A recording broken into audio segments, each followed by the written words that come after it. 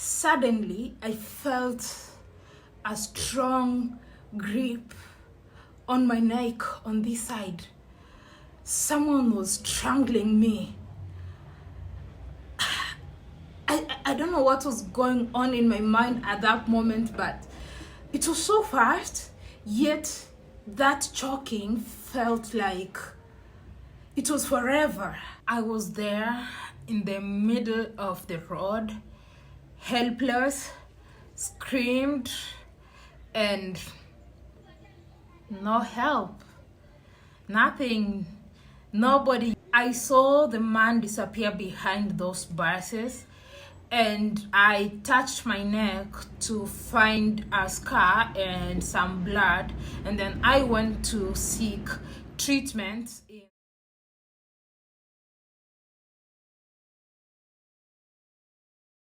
This video is obviously going to elicit a lot of different reactions, and I just think it's important that I share it out because this might actually help someone out there in the streets of Nairobi. I think recently a lot of you Kenyans, if you've been following, especially on Twitter and other social media platforms, we've been getting these video clips of people talking about how insecure some parts of Nairobi have become. So I not like really checked that much. I was outside the country, so I just came back barely a week into Nairobi, and I get a very rude welcome into this city that I call home.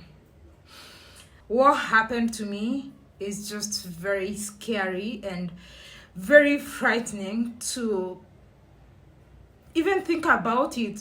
If you've been watching my videos for a while, you've probably noticed that there's this particular chain that I always have. I actually never remove it. Whether I'm swimming, wherever I am, whichever environment I am, I always have that chain. And it's actually a gold chain. I've had it for more than a year, and I've worn it across different countries only to get robbed or to get snatched in my hometown. And it's just how everything happened. It's not even, if they approached me and they told me to give it, I would remove it and give it to them. But what's very scary is how it happened.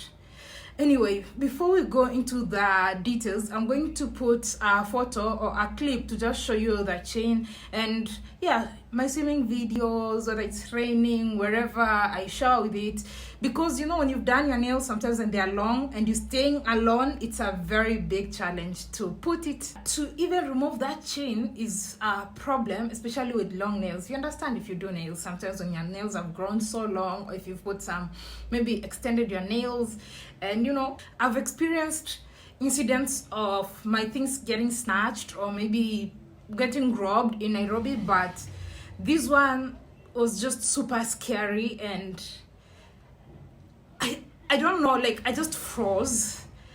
I was shaking, like, oh my goodness. To even try to remember that moment is very, very, very scary. So if you come from Kenya, you probably know the area around Odeon.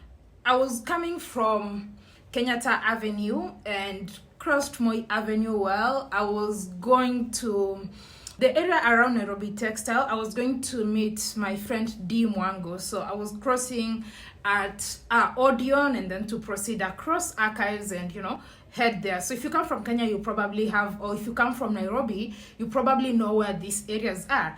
If you know where matatus for Kasarani are, those orange kind of matatus, that was the exact area. I'd crossed halfway, waiting for vehicles on the other side to also move so I can cross again. At that time, you never think about anything. Not even the bag, if you have a bag, or maybe if they're trying to rob your phone or anything, you don't even think about it. Besides, I never knew or thought that that area was actually insecure like that. Most of the time, you're basically thinking about those vehicles trying not to get knocked down. So that was what was in my mind. I thought if people are going to steal or rob you, they're going to rob you maybe when you are in a place where there's few people because they can run away. But it happened to me, like I just come back from traveling across different countries with this chain, and I never even thought about it. It had actually become part of me. Suddenly, I felt a strong grip on my neck on this side. Someone was strangling me. I don't know what was going on in my mind at that moment, but it was so fast, yet that choking felt like it was forever. It was, I don't know, why would someone be trying to choke me? Is someone trying to push me so that vehicles can hit me? Because I was not even thinking I had that chain on my neck. So I was thinking like maybe someone is trying to choke me or throw me to the vehicle. So at that moment, I'm trying to stay safe and avoid getting knocked by vehicles, because you know when they're choking you and when you are not like really ready to fight, your stability on the ground is not as firm. This happened so fast, yet it felt like forever. You know when someone is choking you, when you're running out of air, when you're gasping for breath. Okay, I don't think I got to the point of gasping for breath, but of course, you know that restriction of airflow, you feel like it's taking forever, because human beings, we're used to being able to freely breathe.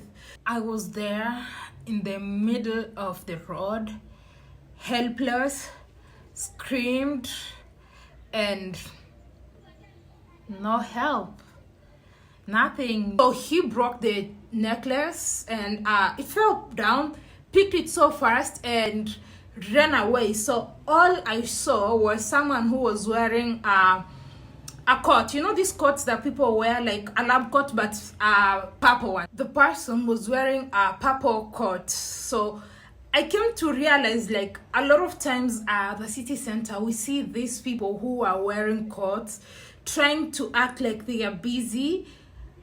Little did I know that some of these people are actually thugs.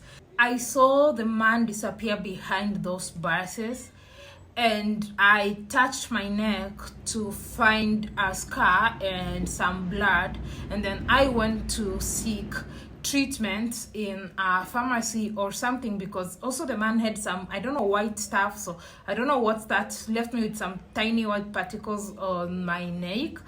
And you know, you don't know how many people they've been scratching. I don't even know if they just use their hands or there's a sharper thing that they use to cut, because that pain didn't just feel like a hand, because that pain lasted for so long and a couple of days later. So I don't know whatever they use. So, and I had to seek treatment. It's my friend here. and she came and I was like, and I came shaking. When I was meeting her, I was shaking. And have you seen a pharmacy? I need to get to disinfect the place.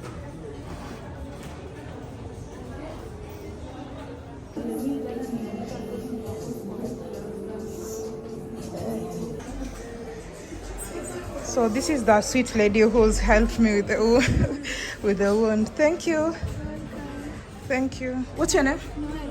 Huh? Noel. Noel. Thank you, Noel. Actually, someone told me that those people can distinguish real gold, fake gold, and coated gold. Like, they are able to tell. Someone actually used the phrase and said those people can smell real gold from a distance. Those people, they can spot it. You can be across the road on the other side, and these people will be able to know that your gold is genuine gold, and they coming for it, and you are on your own. So be very careful. A very popular question that I got is people asking me what the people who are around the area, of course this is a crowded area, what did the people do? Nothing. Apart from one person who asked me what is happening, I said, oh, they stolen my chain. It's like, oh, those people, oh, careful, those people always do that. That is what that person told me. I can't even remember the face of the person who asked me. On the other hand, I cannot really blame these people, because the thieves do this in split second. So after that, I posted and I got a lot of people told me, oh my goodness, you're even lucky Do you know sometimes at least they didn't kill you? Because I was told that sometimes they can even do that, which is very surprising, which is very shocking. I mean, why can't they just maybe just ask you, I give you? Because that ordeal can be very traumatizing. Like right now, going to downtown is very traumatizing for me. A lot of people gave me feedback. Some lady even told me it happens even when you are in a matatu. So apparently her sister was in a matatu. So in a matatu you think you are safe, but you don't know, maybe wearing a very expensive earring, and at that moment it's not the thing that is in your mind. So they tore the sister's ear apart, so they pull it and your ears are ripped apart. Can you imagine that? That's how cruel some human beings are. I don't understand those people who want to reap where they did not sow. It's just so crazy, but we thank God for life. And in case you're wondering how it happens in a matatu, so it's not like the people come inside the matatu. No, you're inside a matatu, maybe it's there's traffic and your window is open. Sometimes even you've seen even how people get snatched their phones. The window could be closed, but those people know how to open these windows in split second. So this is also a warning to all of you. If you're having any gold, silver, or something precious or valuable, just find a way. Especially protect your ears, ladies. If you wear earrings and you are in a matatu, don't feel safe. Those people will jump and grab it from the window. They open those windows in split second. I've seen it happen, how they snatch somebody's phone because they just shoop and it's gone. Everything is gone in split second. So you don't want to get your ears ripped. And that's not the only one who told me has undergone an ordeal. A lot of people told me that. If you've ever experienced this in Nairobi, let me know your experience in the comment section below. And also share this video so that it can serve as a warning to your friends who are in Nairobi. I think recently after that I went online and a lot of people sent me, there's actually a list of places that you need to avoid around Nairobi because crime has been on the rise in those areas. I'm going to drop that picture here that has the list of those places that you should avoid, or maybe I'll try to type them if possible. A day or two later, I also saw Citizen TV talking about increased crime in Nairobi. I don't know, do you feel like there's been increased crime in Nairobi? Do you feel, or is it just me? Do you feel like there's an increase of crime in Nairobi? Sometimes we see people complaining or we see people writing these things in the media and we just ignore, like, I don't know, sometimes the human nature, sometimes you don't even think like this can happen to you. Until this happens to you, that's when you come to realize like, okay, this is actually happening. Be very careful, not just for the valuables. The most important, okay, gold is material. It's something that can be replaced. Material stuff can always be replaced.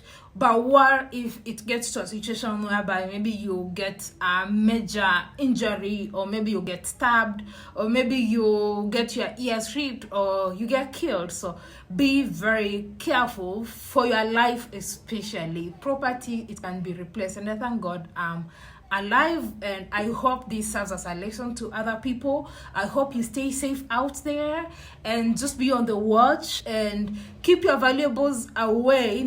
And I don't think I will be wearing any precious stone just like that, because I have learned a lesson, and I hope that from my experience you'll be able to be careful too. So let me know what you think about this in the comment section below.